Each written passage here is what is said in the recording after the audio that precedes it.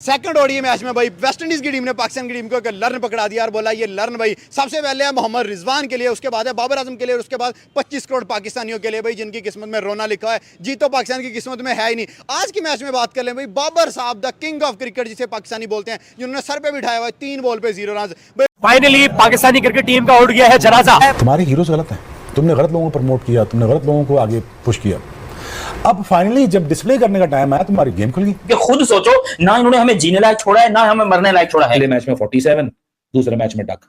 लो जी अब आखिरी एक गेम बचा, इसमें कुछ ना हुआ तो जो एशिया कप का नैरेटिव था वो भी गया तेल के अंदर। मैं सच बता रहा हूँ, बाबर आजम अगर किसी और मुल्क में पैदा होता ना वो आज बहुत बड़ा प्लेयर होता। आज तक नहीं खेलेगा, क्रिकेट नहीं खेलता, गोली डंडा खेलता, वो बहुत बड़ा स्टार होता। मुझे उससे शिकायत है, गिला है मुझे उससे। यार इवॉल्व करना है यार, दिन गुजर गया तू दिन बदल गया तू क्यों नहीं बदला। अगर बाबर आजम आपको कह दे कि यार आपने जिंदगी में क्या किया एक तेज बॉल करने के अलावा, आपकी क्या परफॉर्मेंस है, आप तो बड़े सुपरस्टार तो नहीं, आप तो बड़े परफॉर्मर नहीं रहे दुनियाई क्रिकेट में, अगर वो आपको कहीं कह दे कि आप तो परफॉर्मेंस वाइज तो बिल्कुल जीरो हैं आप। भाई बोलते हैं बाबर आजम को सपोर्ट चाहिए, बाबर आजम को कैसे सपोर्ट दें? उसको कंधे के ऊपर उठा के ग्राउंड में चक्कर लगवाएं, उसको क्या क्या करें? उसके क्या तलवे चाटे तुम जाके, तुम जैसे बंदे जाके उसके तलवे। यार बच्चे से क्या बात करें, उसको क्या सपोर्ट चाहिए? साले की तस्वीर में यकीन करो दिल करता है कि फाड़ के रख दूं, लेकिन यार ये क्या है?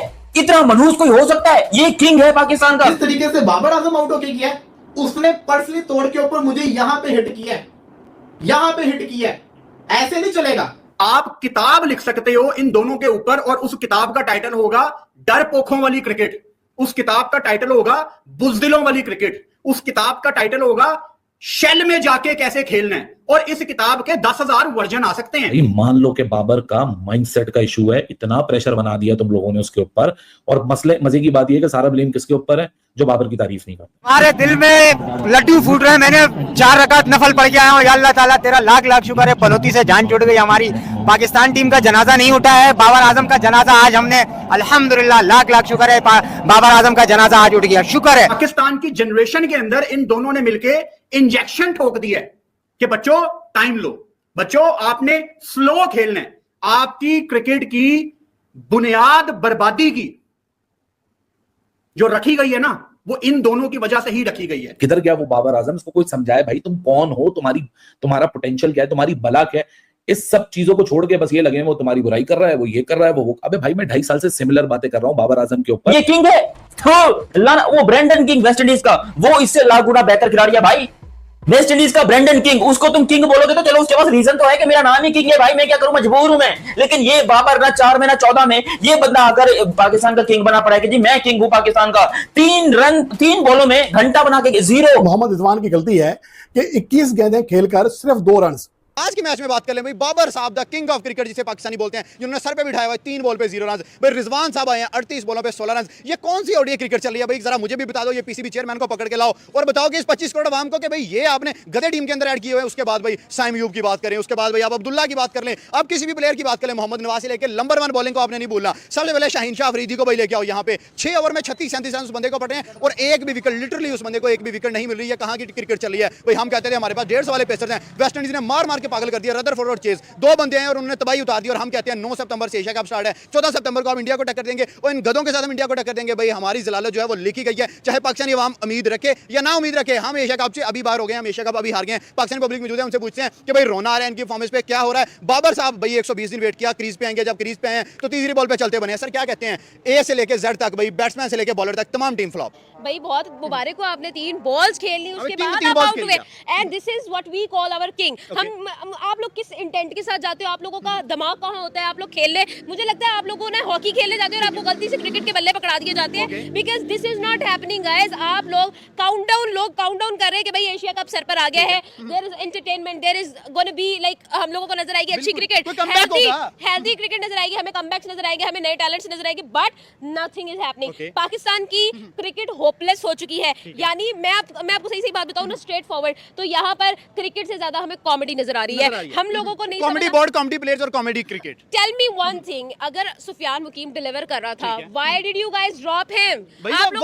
वो पर्ची प्लेयर्स की जगह ले रहा था। भाई आप, मुझे नहीं समझ आती है कि आप लोग प्रीमियम बॉलर्स हैं, आप लोगों का बॉलिंग ट्रियो पिछले 2 साल से हाईली एक्सपोज हो रहा है। ऐसा नहीं, ऐसा वैसा नहीं, एशिया कप में हम एक्सपोज हुए, ODI world cup, T20 world cup, I can literally count. आप सीरीज छोड़ दे, आप टूर्नामेंट्स की बात, 5 साल में कोई 8 से 10 टूर्नामेंट्स हैं। लिटरली क्रेजी भाई, ये नहीं हो रहा। हम लोग क्रिकेट नहीं खेल पा रहे हैं, हमसे क्रिकेट नहीं हो रही, हम एंडोर्समेंट कर रहे हैं। हम कह रहे हैं भाई डाटा बहुत है, लेकिन उस डाटा का हम लोग क्या करें? हाँ, बिल्कुल, हम उसी लोग डाटा पे कहाँ हम जलील जाएं? होते हम देखिए। लोगों को नहीं समझ आ रहा भाई, तुम लोगों की क्रिकेट नहीं समझ, या हम लोग इतने ज्यादा बोंगे हैं ठीक है। कि आप लोगों की क्रिकेट स्ट्रैटेजी में समझ नहीं आ रही। और वेस्ट इंडीज ये मैच जीतने में कामयाब हो गई है।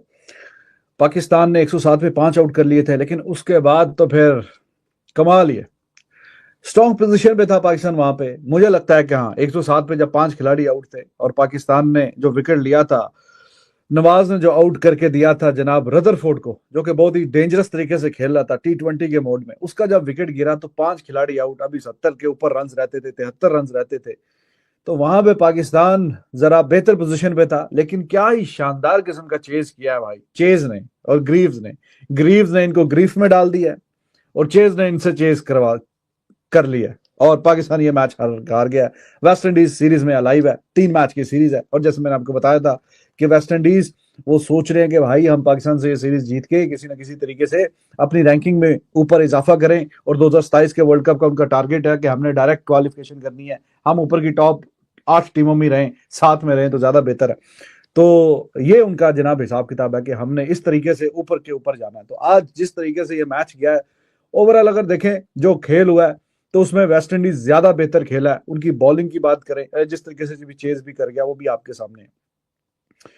पाकिस्तान की तरफ से शाहीन शाह अफरीदी, उससे रिक्वायर्ड था कि वो 2 को आउट करके देता। हसन अली ने ऊपर से 2 आउट किए, लेकिन शाहीन शाह अफरीदी और खास करके जो 17वां ओवर फेंका शाहीन शाह अफरीदी ने, मोमेंटम जो मिला वेस्ट इंडीज को वो टेक्निकली 17वें ओवर से मिला। जो 17वें ओवर में जनाब ने 17 रन दिए, रदरफोर्ड ने कुट लगा दिए। 10 ओवरों में 30 रन थे वेस्ट इंडीज के, फंसा हुआ था और 16वें ओवर तक भी मतलब ठीक ही चल रहा था हिसाब तब, लेकिन बॉलिंग चेंज की, शाहीन शाह अफरीदी को लेके आए और शाहीन शाह अफरीदी साहब ने आते ही उस ओवर में 17 रन दे दिए, जहां पे मतलब मुकाबला ठीक है, फंसता फंसाता ही चल रहा था। आपने कौन से कोई बहुत ज्यादा रन डाले हुए हैं, less than run a ball, आपका बॉल 1 से रिक्वायर्ड है, 35 ओवर में उन्होंने 181 करना है।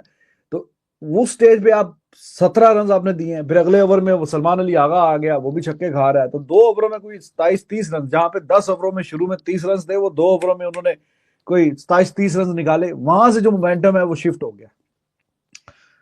अब देखा जाए तो इस पूरी टीम की जो लाइनअप बनती है तो शाहीन शाह अफरीदी मोस्ट एक्सपीरियंस्ड और सबसे मतलब बेहतरीन बॉलर है कि नहीं, लेकिन वो जब आया दूसरे स्पेल में, वो पहले ओवर में ही उसने बेड़ागर करवा दिया यार। पहले ओवर में 17 रन निकाल के देके जा रहा है। वहां पे फुल टॉस पे चौका खा रहा है, ऑफ साइड के बाहर बहुत गंदी इतनी बाहर गेंद करवा रहा है, वहां से चौके खा रहा है, पुल पे छक्के खा रहा है। वो एक ओवर में वेस्ट इंडीज को बताया कि भाई ये सबसे जो उनका शाहीन शाह अफरीदी है, इसी को लूट लो, इसी को कुट लगाओ, और फिर वहां से वो रुके ही नहीं।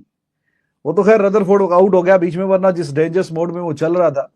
तो 17 रन आपका मोस्ट प्रीमियर बॉलर दे के जाता है कि जहां पे टीम को जरूरत है कि आप आके चलो, अगर आउट नहीं भी करते तो आप 2-3-4 रन वाला ओवर निकाल के लो friends, welcome the Bharat special. West Indies ने पाकिस्तान को 5 विकेटों से मात दी है और ये बड़ी जीत है वेस्ट इंडीज के पाकिस्तान के ऊपर। 10वीं नंबर की टीम ने पाकिस्तान को ठोक दिया है और ना सिर्फ ठोका है बल्कि बता दिया है कि हम तुमसे जीत सकते हैं। भले ही हम पाकिस्तान में न खेल रहे हो, लेकिन हम तुमसे जीत सकते हैं। लेकिन पाकिस्तान की बाबर आजम और सारे फ्लॉप साबित हुए। इस मैच की बात करें तो बाबर आजम 0 रन बना के आउट हुए। वहीं मोहम्मद रिजवान जो कि बड़े बड़े नाम है T20 में, भले ही नहीं थे, सिर्फ 16 रन बना के आउट हुए। अब आपको बता दूं कि मोहम्मद रिजवान और बाबर आजम पे बड़ी कयास लगाए जा रहे थे पाकिस्तान पब्लिक के तौर पे, लेकिन ऐसा हो न सका और पाकिस्तान की पूरी टीम समेट गई सिर्फ 187 रन पे।